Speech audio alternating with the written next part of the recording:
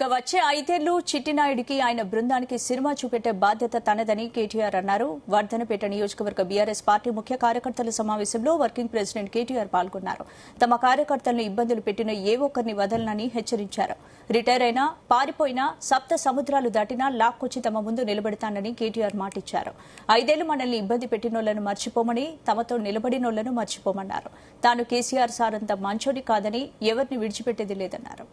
వచ్చే 5 ఏళ్లు ఏది మర్చిపోం.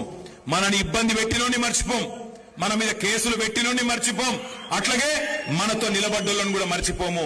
తప్పకుండా నేను చెప్తున్నాను, కేసీఆర్ సార్ అంత మంచోని అయితే కాదు. వచ్చే 5 ఏళ్లు చిట్టినాయుడికి ఆయన బృందానికి సినిమా చూపెట్టే బాధ్యత నాది. పక్కా ఇడిసిపెట్ట. రిటైర్ అయినా, పారిపోయినా, సప్త సముద్రాల అవతల దాక్కున్నా, ఎవడెవడైతే మా కార్యకర్తలను సతాయించిండో ఒక్కొక్కరిని లెంకులాడి దేవులాడి తెచ్చి మీ ముంగట నిలబెట్టే బాధ్యత నాది. వదిలిపెట్టే సమస్య లేదు. ఇది నేనేదో ఊరికే చెప్పట్లేదు, గుర్తు పెట్టుకోండి. కానీ మళ్ళీ రమేష్ అన్న వాళ్ళని తీసుకొని రావద్దు, అన్న ఇవి మంచోడేనే అని మళ్ళీ తీసుకురావద్దు.